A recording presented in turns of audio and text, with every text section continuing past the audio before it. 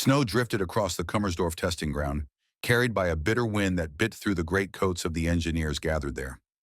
On a wooden table lay the captured Soviet submachine gun, a PPS-43, small, crude, and ugly in its simplicity. To the Germans, who worshipped precision, milled steel, and engineering symmetry, the weapon looked like an insult. The stamped receiver, the folding metal stock, the rough welds, everything about it spoke of desperation. They laughed quietly, boots crunching in the snow, as one of them lifted the gun and turned it over in gloved hands. "A child's toy," someone muttered. "No wonder the Russians throw them away so easily." But behind the laughter lurked curiosity. Reports from the front had painted this weapon in strange colors. German troops in the ruins of Stalingrad had picked them up from fallen Soviet soldiers and refused to give them back. Even officers who scorned such crude craftsmanship admitted its reliability in filth and frost. And that was what brought the engineers here, to study the design that the Red Army had built by the thousands behind the Leningrad blockade, and to understand why it refused to fail. The first step was disassembly. Tools clinked, notes were scribbled, and the gray daylight fell across blueprints hastily sketched on paper sheets. The simplicity unsettled them. No screws, no delicate machining. The PPS-43 was a weapon that could be stamped from sheet metal, welded by untrained workers, and assembled in a basement. It was a soldier's companion, not a factory masterpiece. Yet somehow it worked. They checked the trigger mechanism, examined the bolt, and measured the rate of fire. The weapon was built like a thought born of necessity, pure, stripped, unadorned. By noon, the wind carried the smell of oil and propellant. Ammunition boxes were opened, 9 by 19 millimeter parabellum, adapted for testing. A steel target stood in the distance, beside a rusted Panzer III Hulk used for trials. The irony wasn't lost on them. A weapon mocked for its crudity, now aimed at German armor. The laughter began to fade, replaced by focus. As the test officer gave the signal, the shooter raised the PPS-43. The sound that followed was sharp and fast, controlled, rhythmical, almost mechanical. The snow jumped in tiny bursts where bullets struck. The weapon didn't jam, not once. The air hung heavy with the smell of burnt powder as the last cartridge case tinkled onto the frozen ground. The shooter lowered the PPS-43, steam rising from the barrel. The German engineers exchanged looks, longer, quieter now. One of them stepped forward, brushing frost from his clipboard. "Again," he ordered. The shooter nodded, reloaded, and fired another burst. The same result, no stoppage, no hesitation. The rhythm was constant, the recoil mild, the weapon steady in the hands. It spat fire like a sewing machine. Ugly, efficient, merciless. They measured the spread of impacts on the target plate. Tight grouping, surprising accuracy for such a crude weapon. The engineer with the clipboard frowned. "It should not perform this well," he muttered. The others said nothing. They had seen enough of Soviet machinery to know that sometimes the enemy's genius was hidden in simplicity. What they once mocked now demanded understanding. By late afternoon, the test moved to endurance. Mud from melted snow was scooped into the open receiver, sand sprinkled over the bolt. No careful cleaning, no mercy. The shooter racked the bolt and pulled the trigger. The PPS-43 roared again, unfazed by abuse that would have silenced most precision-made German weapons. The observers stood in silence, their breath misting in the cold air. Someone finally whispered, "Primitive, but unstoppable." The test officer, a stern man from the Heereswaffenamt, made his notes. The weapon's rate of fire, roughly 600 rounds per minute, offered controllable bursts that soldiers could actually manage. Its lightweight allowed fast movement through snow and rubble. Its folded stock made it easy to carry in cramped vehicles or ruins. And above all, its stamped parts could be made anywhere, by anyone. For a nation strangled by blockade, that was power. As twilight fell, the engineers packed their tools, but none left the field. They gathered around the Panzer hull used for target testing. The idea was absurd, almost comical, but it came from the same restless curiosity that had led Germany to so many discoveries.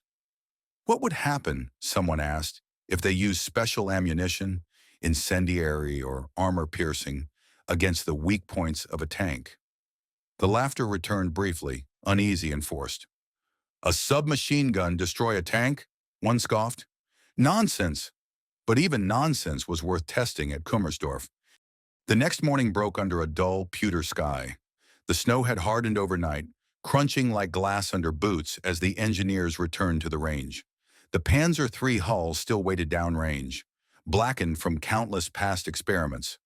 Frost glistened across its armor, but the air already trembled with anticipation. On a nearby table lay several boxes of experimental ammunition, tracer, incendiary, and armor-piercing rounds captured from Soviet stockpiles. No one truly believed the PPS-43 could damage a tank, yet curiosity, not faith, drove these men. The lead engineer adjusted his goggles and gave the order. The shooter loaded a fresh magazine, took aim at the exposed radiator grill, and squeezed the trigger. The gun barked its steady rhythm again, muzzle flashes flickering like strobe lights in the gray air. Bullets clattered against the steel hull, some ricocheting harmlessly away. Others struck the vents and vanished inside. For a moment nothing happened. Then, smoke. A thin wisp curled from the rear of the tank, faint but unmistakable. The men froze. The shooter stopped firing, the echo fading into the forest beyond the range. "Again!" came the order, quieter this time. The weapon fired another burst. Sparks danced and the smoke thickened. The engineers advanced cautiously, boots sinking into the snow. As they neared the Panzer, a dull pop came from inside, followed by a lazy tongue of flame that licked through the open vent. It was not a great explosion, no shattering blast, no torn armor, but it was undeniable. The incendiary rounds had ignited the fuel residue inside the tank's engine compartment. The impossible had happened. A crude Soviet submachine gun, designed for street fighting and trench work, had set a German tank ablaze. The laughter that had once filled the range was gone. The men stood in a stunned silence, watching black smoke rise into the cold morning air. The chief engineer finally broke the stillness. "Record it," he said simply. The range photographer stepped forward, camera clicking in the gray light. The PPS-43 still smoked faintly from its barrel, resting on a wooden crate beside the shooter. What had begun as a joke had just crossed the line into legend. That evening, around the stove in the testing shed, no one laughed. They spoke quietly about production speed, battlefield adaptability, and the brutal genius of necessity. One man muttered, "They build like they fight, simple, direct, without hesitation." Another replied, "And we nearly underestimated them to death." The fire crackled in the corner as the wind howled outside. By dawn, the story of the burning tank had already begun to circulate through the testing grounds like a rumor too strange to believe. Some dismissed it as a coincidence, a freak combination of luck, weather, and leftover fuel vapors. But the engineers who had seen it with their own eyes knew better. The PPS-43, a weapon they had mocked for its crude simplicity, had revealed something profound. Efficiency born from desperation could rival precision born from arrogance. They decided to repeat the test, this time under controlled conditions. The damaged Panzer hull was replaced by another target, a stripped chassis with its engine removed, and a few plates of varying thickness bolted to its sides. The shooters took turns, each firing in measured bursts. The weapon performed flawlessly once more. Even after hundreds of rounds, it did not jam. The cold could not freeze it, the mud could not choke it, and the filth that would have ruined a German MP-40 seemed meaningless to it. By mid-morning, the engineers began comparing it directly to their own submachine guns. The MP-40, elegant and solid, was a product of German craft, but it required careful machining, polished parts, and time. The PPS-43 was the opposite. Rough, fast, stamped from sheet metal, welded by factory girls under siege conditions, yet capable of equal or better performance in battle. For a country locked in total war, that kind of production meant survival. One officer, his breath misting in the frigid air, finally said what everyone was thinking. This thing could be built in half the time and still fight twice as long. No one laughed this time. They only nodded, scribbling in their notebooks as if documenting a new law of nature. Then came a new curiosity, one that would change the tone of the entire project. An engineer suggested loading tracer rounds mixed with incendiary cartridges to replicate the previous day's accidental ignition. The PPS-43 was aimed again at the rear of the test tank, its vents partially open. The weapon fired, rhythm steady, brass casings spilling into the snow. Sparks flared across the armor, then smoke. This time, when the flames appeared, they spread faster, feeding on oil-soaked residue. The men stepped back, shielding their faces from the heat. One of them removed his cap, staring into the flickering fire. The irony was too heavy to ignore. A weapon built in the ruins of Leningrad had just burned one of Germany's proud machines. No one said a word. When the flames finally died, only the twisted black shell of the Panzer remained, its engine deck warped and dripping with melted frost. The engineers walked around it in silence, notebooks in hand, their boots leaving prints in the soot-streaked snow. The PPS-43 lay on a crate nearby, barrel smoking gently, its surface mottled with ash. What had started as mockery had become a moment of reckoning. The test officer from Berlin was the first to speak. His voice was even, but the weight in it was unmistakable. "Record everything," he said. "Every detail." The stenographer beside him began writing furiously, capturing numbers, observations, and the quiet disbelief that clung to every word. The officer looked again at the weapon and added softly, "Do not underestimate simplicity." Over the next few days, the trials continued. The PPS-43 was tested in mud, snow, and freezing rain. It fired after being dropped, stepped on, even half buried in dirt. It shrugged off every abuse. Compared to the delicate tolerances of German firearms, this Soviet creation behaved like an animal, wild, durable, impossible to stop. Engineers who had once laughed now found themselves whispering words of respect. They began to understand what the Red Army had discovered out of necessity, that reliability was deadlier than elegance. One afternoon, as the sun sank low behind the pine trees, the team gathered for the final demonstration. The weapon had survived everything. It had set fire to a tank twice, proven itself immune to cold, and fired thousands of rounds without a jam. The lead engineer, a man who had built his career on precision machining, held the PPS-43 in both hands and studied it like a relic. "It's not beautiful," he said quietly, "but it works. And that is what wins wars." He placed it down gently on the table, as if afraid to insult it now. Around him, the others nodded. Even the youngest assistants, men who had grown up worshiping German engineering, understood what had just been admitted aloud. The Soviets had turned necessity into strength, and their crude weapon had humbled the Reich's pride. Outside, snow began to fall again, soft and silent. The test field was empty now, the tank still smoking, faintly in the cold. Somewhere in the distance, artillery rumbled like distant thunder, a reminder that the real war never stopped. But at Kummersdorf, in that moment of quiet realization, the engineers learned something they would never forget.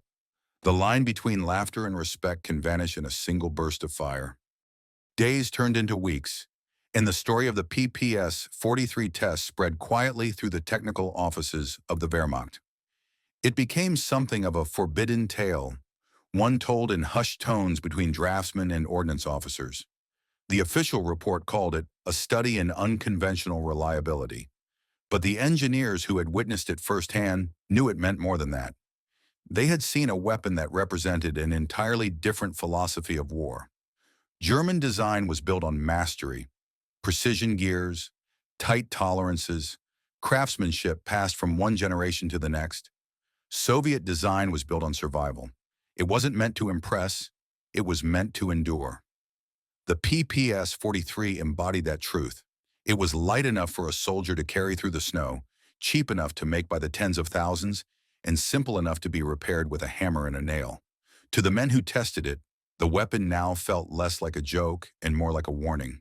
They began to experiment further, almost obsessively. They fired the weapon after freezing it overnight. It worked.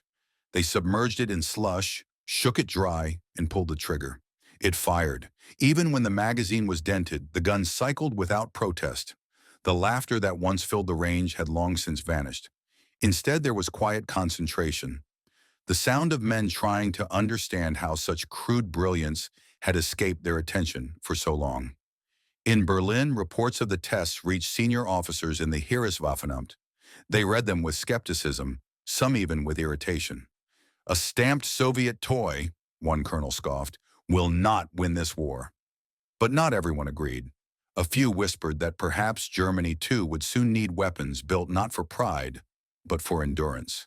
The war was turning against them. Factories were burning, resources thinning. The age of polished craftsmanship was dying, and with it, the illusion of control. Back at Kummersdorf, the engineers kept one PPS-43 for study. They treated it almost like a specimen, cleaned it, photographed it, measured every contour. One man, an older designer with years in the arms industry, confessed that he dreamed of building something like it. Simple, fearless, unstoppable. "It was made by men who expected death," he said quietly. "So they built for life." Outside the testing shed, snow fell heavier that evening, covering the range in silence once more. The scorched Panzer hull was half buried now, a black scar against the white field. The engineers watched it from the doorway, their breath fogging the air. The laughter that had once echoed across that field was gone forever. The winter deepened, and with it came an unspoken understanding among the Kummersdorf engineers. They had witnessed something that defied doctrine. The PPS-43 was more than an enemy weapon. It was a message. As German industry strained under Allied bombings, the simplicity of Soviet design became impossible to ignore. For the first time, men who had once sworn by complexity began to whisper about efficiency. In the workshops, the captured PPS-43 sat disassembled on a steel table, its parts neatly arranged like pieces of an unsolved riddle. The engineers examined each one again and again. The folding stock cut from a single piece of stamped metal, the open bolt mechanism, the straightforward blowback system that never seemed to fail. Every part told the same story. The less you ask of a weapon, the more it gives back. During one afternoon conference, a junior designer spoke hesitantly. "We spend months machining a perfect bolt," he said, "while they stamp theirs in a minute. And yet theirs keeps firing." No one contradicted him. The room, usually filled with the hum of debate, remained still. Pride had been replaced by an uncomfortable respect. Someone else quietly added, "We've been building instruments. They build tools." That night, the engineers loaded another magazine and stepped out into the snow for one final test. The cold bit deep, but the PPS-43 showed no hesitation. It fired perfectly, the muzzle flashes cutting through the darkness like lightning. The sound echoed across the empty range, rolling into the forest beyond. When the last shell casing hit the snow, the shooter simply nodded. "It's perfect," he said, not as praise but as surrender to fact. The lead engineer turned to his men. "If we had built like this from the start," he said, "perhaps the war would look different." No one replied. They knew the truth. The Soviet weapon was the child of necessity, born from siege and starvation, while theirs were born from comfort and pride. The PPS-43 did not care about appearances, and that indifference made it stronger. In the following days, several of the engineers left Kummersdorf for other assignments. But the lesson they carried with them endured. Reports circulated through design bureaus across Germany, subtly influencing new projects. The MP-3008, the Volkssturm weapons, and other late-war designs that traded elegance for speed. Each bore, in some small way, the shadow of that simple Soviet gun. When the sun set on Kummersdorf for the last time that winter, the field was quiet again. The scorched tank remained as a silent monument, and beside it, the PPS-43 rested in the snow. A reminder that the enemy's strength often hides in the places we least expect. By early spring, Kummersdorf was no longer just a proving ground. It had become a mirror reflecting Germany's changing fate. Supply lines were breaking, factories stood in ruins, and even the proud engineers who once designed flawless weapons now worked by candlelight. The PPS-43 remained on the test bench, still gleaming faintly in the dim light, its rough contours a reminder of a truth the Reich had been too proud to face. The officers from Berlin returned one last time to oversee final documentation. They arrived in polished boots and long coats, expecting to find their experts triumphant, not humbled. But when they saw the tank hull burned and blackened, and the simple Soviet gun resting beside it, their confidence faltered. The head engineer presented his report without flourish, his tone calm but edged with fatigue. He explained every trial, every result, every failed attempt to break the weapon. "Gentlemen," he concluded, "the enemy builds faster, simpler, and with purpose. This is not an accident. It is philosophy." Silence hung over the table. One officer frowned. "A philosophy of cheapness?" he asked. The engineer met his eyes. "A philosophy of survival." That single line silenced the room. Outside, the wind rattled the windows. Even among men hardened by years of total war, the admission stung. The PPS-43 was proof that the enemy's strength came not from wealth or luxury, but from adaptation. In the ruins of cities and the hunger of siege, the Soviets had learned to make war from scraps and to win with it. The engineers continued testing for data, but their hearts were no longer in it. Each shot from the PPS-43 echoed like a confession. The weapon refused to fail. No matter how much snow, sand, or ice was packed into its chamber, it would fire.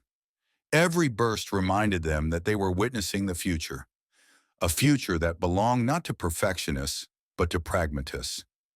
In their final report, the engineers wrote carefully, "The Soviet PPS-43 demonstrates exceptional reliability under adverse conditions. Its design prioritizes mass production over precision, yet delivers consistent battlefield performance. Recommended for study and adaptation." Weeks later, as the Red Army advanced westward, rumors reached Kummersdorf of entire Soviet units armed with the same submachine gun they had once mocked. The engineers knew that somewhere on the front, men were dying to the rhythm of the same weapon whose simplicity had humbled them. The next day, they packed the weapon into a crate labeled Bodewaffe PPS-43. It was to be sent to Berlin for permanent record. Before sealing it, one of the younger technicians paused to look at it one last time. "They laughed," he said quietly, "until it burned their pride." No one disagreed. The train that carried the crate from Kummersdorf rattled through a Germany already unraveling. Bombed-out towns passed by in silence. Factories stood lifeless. And the once proud heart of the Reich beat faintly under a sky filled with Allied aircraft. Inside one of the wagons, beneath sheets of canvas, lay the small wooden box marked Bodewaffe PPS-43. It weighed almost nothing, yet symbolized something heavier than steel: the admission that simplicity had defeated sophistication. When the crate arrived in Berlin, it was delivered to a technical department of the Heereswaffenamt. A handful of remaining officers and engineers unpacked it carefully, as though handling something sacred. The weapon's dull metal gleamed under weak electric light. Even here, far from the front, its presence carried an uneasy power. Notes from Kummersdorf were reviewed line by line. Reliable under extreme cold. Resistant to dirt and fouling. Capable of sustained automatic fire without malfunction. The signatures at the bottom were from men who no longer laughed. Outside, the thunder of artillery grew closer each day. Berlin was already half in ruins. Yet in underground workshops, copies of the PPS-43 were being drawn up under emergency programs. The need for fast, cheap weapons was now absolute. The philosophy once ridiculed was now Germany's last refuge. Crude prototypes, inspired by the Soviet design, began to appear in the final months of the war. Weapons of desperation, but also of revelation. As Soviet troops advanced across Poland and into Germany, stories from the front reached the capital. Red Army soldiers armed with PPS-43s were fighting through forests and cities with terrifying efficiency. Their submachine guns never jammed, never froze, never faltered. German officers reading those reports could not help but think of the test at Kummersdorf. The snow, the fire, the laughter that turned to silence. In late March 1945, as shells began to fall near the capital, the PPS-43 was moved into a bunker archive for preservation. It lay there beside blueprints, empty ammunition boxes, and half-finished experiments that would never see battle. Outside, the empire it had humbled was collapsing in smoke and rubble. When the war ended weeks later, Soviet troops entered Berlin and began cataloging the remnants of the German war machine. In a corner of one storage room, among ruined documents and broken prototypes, a Soviet officer found the PPS-43 crate. He opened it and smiled faintly. Ours, he said in Russian, brushing dust from the stock. The irony was complete. The weapon that Germany once mocked had outlived the empire that mocked it. In the chaos that followed, no one recorded what became of the Kummersdorf PPS-43. Some said it was taken back to Moscow for study. Others claimed it disappeared into a museum warehouse, its story buried like the men who first tested it. But those who knew the truth remembered. It had done more than destroy a tank. It had destroyed an illusion. Years after the war, when the smoke had cleared and the world began to rebuild, the lessons of Kummersdorf were still whispered among surviving engineers. The old proving ground was abandoned, its bunkers cracked, its test lanes overgrown, but somewhere beneath the weeds and snow lay the memory of that winter day in 1943, when laughter gave way to silence. In a new world divided between East and West, the philosophy that the PPS-43 embodied spread across continents. Simplicity became strategy. Nations no longer sought the most elegant weapon, but the one that could be built by the millions, repaired in the field, and survive in mud and fire. From that idea would come entire generations of infantry arms, the PPS-43's legacy visible in every weapon that favored utility over beauty. In Soviet factories, designers like Mikhail Kalashnikov studied the same principles that had stunned the Germans at Kummersdorf. The concept that a soldier's life depended not on complexity, but on reliability, had taken root forever. In Germany, decades later, archivists rediscovered fragments of the Kummersdorf report. The language was careful, restrained, yet between the lines lay admiration, almost reverence. The Soviet PPS-43 demonstrates extraordinary resistance to environmental stress. It read, "Its function cannot be dismissed as primitive. Rather, it reflects a fundamental shift in design philosophy." The names of the men who had signed it were mostly forgotten, but their transformation was etched into every word. No photographs from the test survived. Only a few sketches and a single faded notation scrawled in pencil on the back of one page. We laughed. Then we learned. By the time historians pieced the story together, the proving ground itself was silent again. The Panzer hull that had once burned was now a rusted relic buried in moss. The workshops had collapsed, their roofs open to the sky. But if one walked there on a cold morning, the air still seemed to hold an echo. A memory of boots on frozen ground, of a small Soviet gun resting on a crate, of laughter turning to awe as smoke rose from a German tank. The engineers who had lived that day never spoke of it publicly. Some went on to design new weapons for post-war industries. Others vanished into history. Yet in every account of 20th century warfare, their lesson endures, that strength does not always come from perfection. Sometimes it is born from imperfection mastered, and so the PPS-43, forged in siege and disbelief, became a quiet teacher. It showed the world that genius could be humble, that progress could be crude, and that even the simplest machine, when shaped by necessity, could redefine the future of war. At Kummersdorf, the snow still falls in winter, covering the ground where the tank once burned. Beneath it lies the trace of that day, a day when German engineers tested a Soviet gun, laughed at it, and watched their laughter die in the glow of their own creation's undoing. If you enjoyed this video, don't forget to like, comment, and subscribe for more World War II stories